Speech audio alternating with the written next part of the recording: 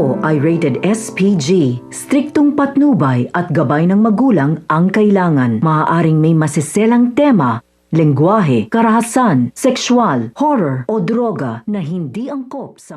Hindi pa rin nga tumitigil si Gargan sa paghasik ng lagim sa mga sangre. Sa kabila nito, hindi kailanman susuko si Tera. Buong tapang niyang hinarap si Gargan.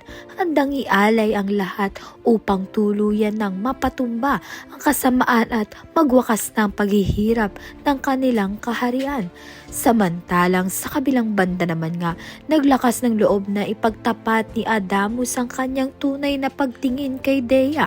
Ngunit hindi ito sinang-ayunan ni Flamara sapagkat batid niya may mas mabigat pang laban na dapat harapin ang mga sangre.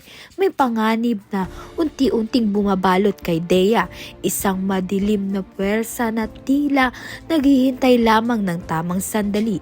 Sa gitna ng labanan, may mga bulong na naririnig si Dea, mga tinig na Gargan na patuloy na umuukil sa kanyang isipan. Sinasabing hindi siya karapat-dapat maging isang tunay na sangre dahil sa pagdududa at kahinaang iyon, tuluyan nang nakahanap ng daan ng masamang elemento upang sumanib kay Dea. Kaya naman nga't dahil dito, kalaban na nga ang tingin niya sa mga sangre. Kaya naman nga't yan at iba pa ang dapat nating pakaabangan. Maraming salamat sa iyong panonood.